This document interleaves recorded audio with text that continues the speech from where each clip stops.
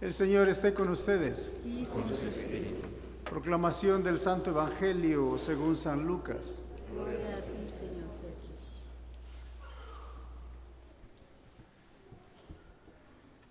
En aquel tiempo Jesús dijo a sus discípulos: amen a sus enemigos, hagan el bien a los que los aborrecen, bendigan a quienes los maldicen y oren por quienes los difaman. Al que te golpee una mejilla, preséntale la otra. Al que te quite el manto, déjalo llevarse también la túnica. Al que te pida, dale, y al que se lleve lo tuyo, no se lo reclames. Traten a los demás como quieran que los traten a ustedes, porque si aman solo a los que los aman, ¿qué hacen de extraordinario? También los pecadores aman a quienes los aman. Si hacen el bien solo a los que les hacen el bien, ¿qué tiene de extraordinario? Lo mismo hacen los pecadores. Si prestan solamente cuando esperan cobrar, ¿qué hacen de extraordinario? También los pecadores prestan a otros pecadores con la intención de cobrárselo después. Ustedes, en cambio, amen a sus enemigos, hagan el bien y presten sin esperar recompensa.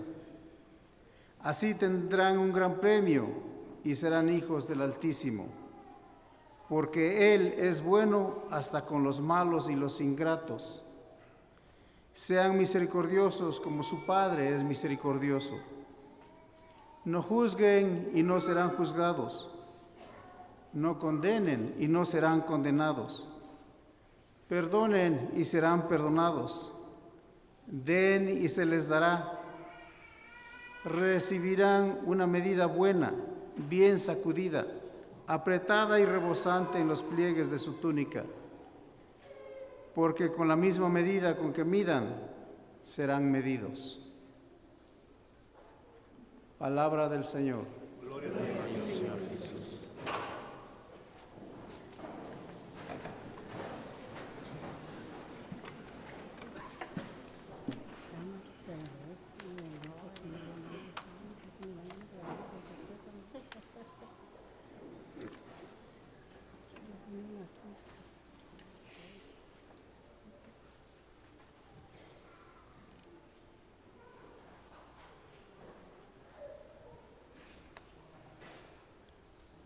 Creo que todos nosotros los que leemos la Biblia estamos bien familiarizados o conocemos bien de la historia de cómo el rey David, cuando apenas era un jovencito o un adolescente, derrotó al gigante Goliat.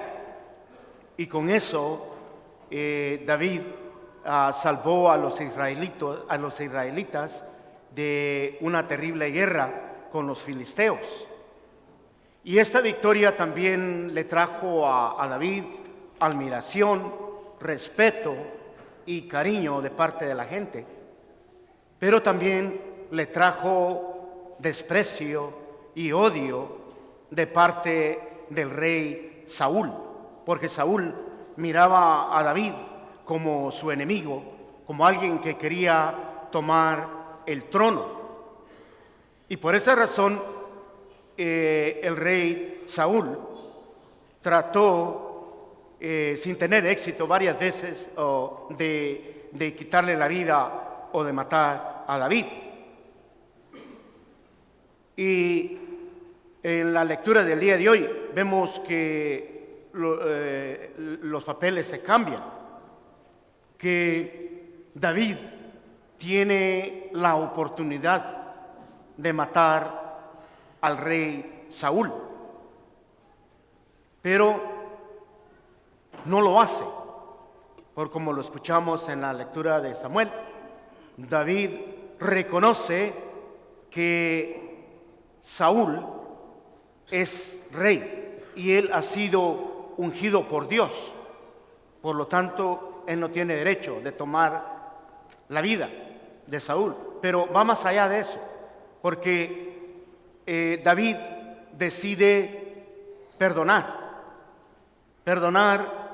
a Saúl todas sus agresiones contra la vida de David.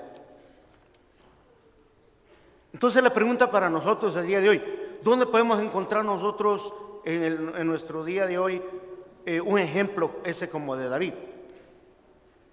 Naturalmente que no lo vamos a encontrar entre los políticos, que constantemente se están atacando con palabras o con comerciales de radio o de televisión, ¿verdad?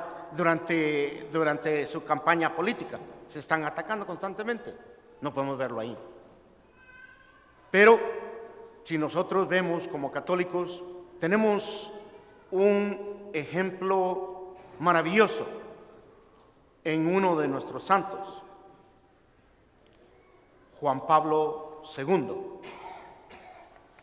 Cuando Juan Pablo II se recuperó del atentado que recibió en la plaza de San Pedro por manos de su agresor, quien era un turco, Mehmet Ali Adnan, que disparó 3 veces contra el Papa. Y uno de esos impactos de bala fue a dar en su abdomen y estuvo entre la muerte el Papa. Pero cuando se recuperó, ¿qué hizo el Papa? Fue a visitarlo, ¿verdad? Es una de las imágenes que tenemos vivas de Juan Pablo II, esa fotografía que fue publicada ¿verdad? en todo el mundo, donde está el Papa reconciliándose, dándole el perdón y la reconciliación a su enemigo. Lo perdonó totalmente. En el año 1993, fue en mi segundo año de teología, hubo una falsa acusación hacia el cardenal José Bernardín, que era el arzobispo de Chicago, de haber molestado sexualmente a este hombre que estaba haciendo esa acusación. Pero más tarde este hombre se retractó de esa acusación, retiró la demanda que había hecho contra el cardenal.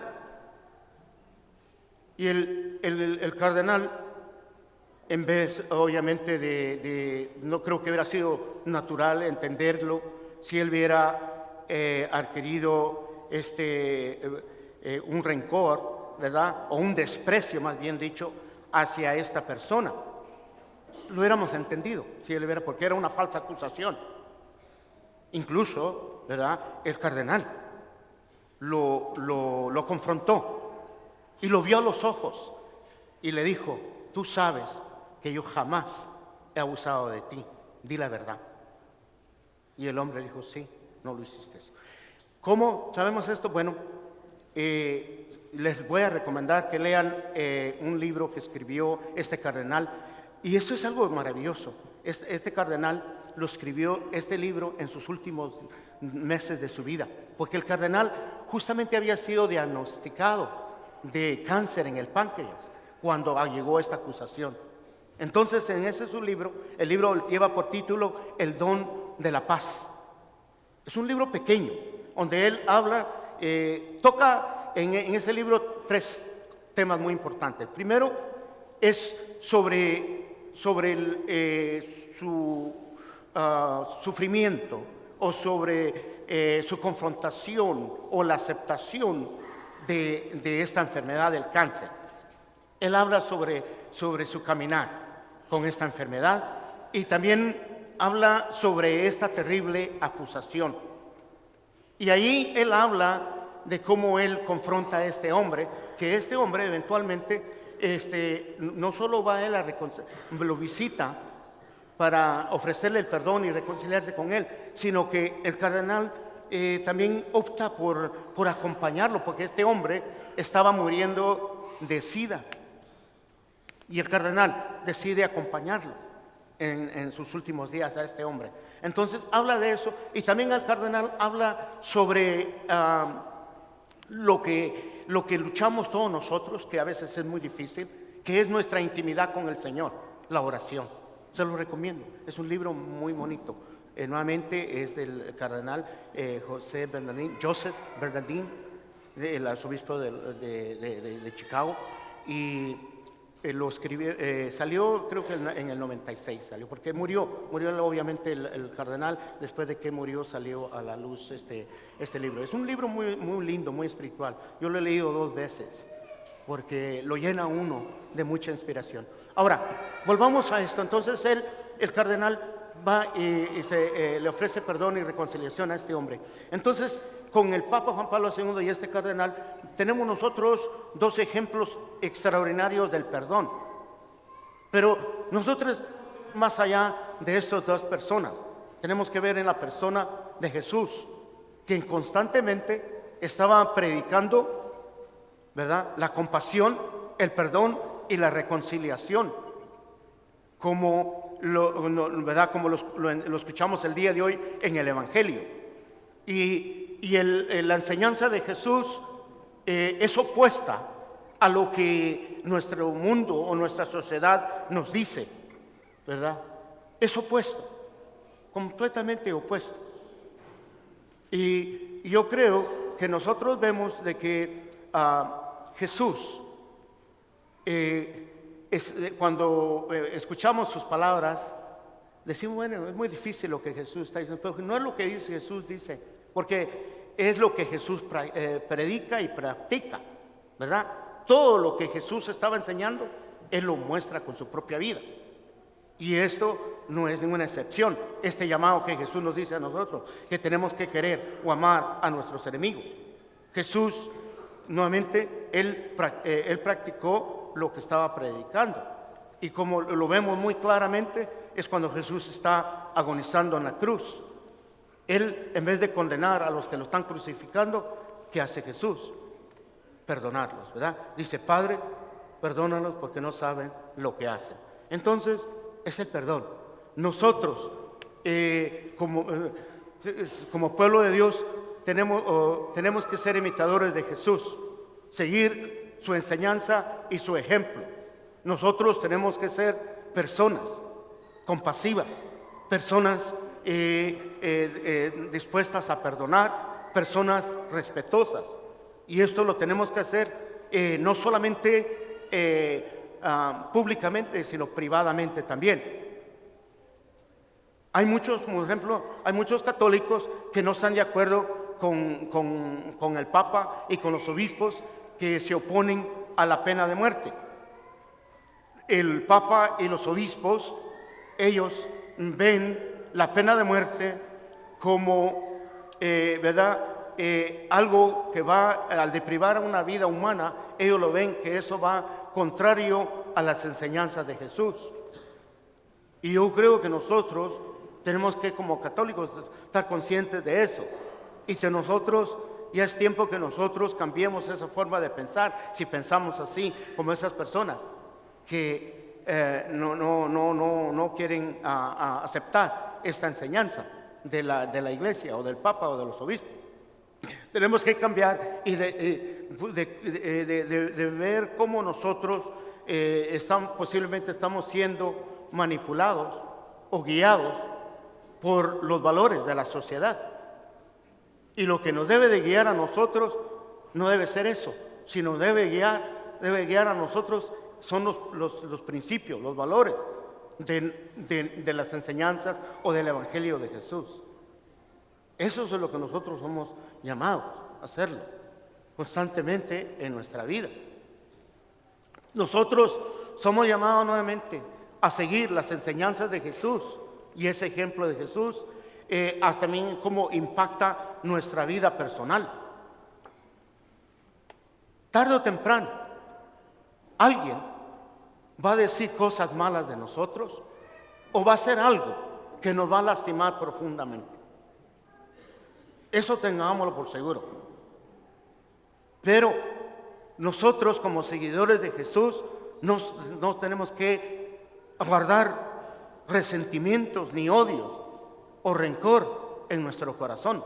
Tenemos que reemplazar esos rencores, esos resentimientos, ese odio. ¿Con qué? Con el amor de Cristo. Tenemos que reemplazarlo con el perdón y la reconciliación. ¿Por qué? Porque somos un pueblo entregado al amor de Dios, un pueblo que debe vivir el amor de Cristo, un pueblo que vive el Espíritu de Jesús, el verdadero amor, que tenemos que perdonar y de corazón, y que no tenemos que ser un pueblo lleno de odio o de rencor. Eso no. Ahora bien, nosotros tenemos que dejarlo todo a las manos de Dios. El que va a juzgar y el que va a condenar es el Señor, no nosotros. Entonces, ese es el llamado. Ahora, nosotros cuando celebramos la Santa Misa, por ejemplo el día de hoy, celebramos la Santa Misa, escuchamos esas maravillosas palabras de Jesús que dice a través del sacerdote. Cuando toma el cáliz, el sacerdote dice, ¿verdad? Esta es mi sangre que será derramada por ustedes y muchos para el perdón de los pecados. Cuando nosotros recibimos la Santa Comunión, recibimos a Jesucristo, recibimos de esa sangre derramada en su cruz. Esa sangre, ese cuerpo de Jesús, Él nos lo da para darnos fortaleza, para ser gente de perdón, gente de reconciliación. Eso es. Y nosotros podemos y debemos ser como Cristo, como Jesús. Amén. Porque así lo es. Es duro, pero hay que saber. En el futuro voy a compartir con ustedes una homilía sobre mi propia experiencia sobre el perdón. A mi padre lo asesinaron en el día de su cumpleaños. A mi madre la hirieron también, recibió un impacto de bala en una pierna. Mis hermanos fueron golpeados brutalmente. Pues entraron. Voy a hablar sobre eso, sobre lo que era el perdón, porque casi hubo un impedimento para mi ordenación, porque yo no me sentía capaz de poder estar aquí frente de ustedes, decirles hay que perdonar si yo no lo practico, si no lo he vivido. Y por eso me ha llegado mucho lo de Juan Pablo II y lo de el cardenal José Bernardín.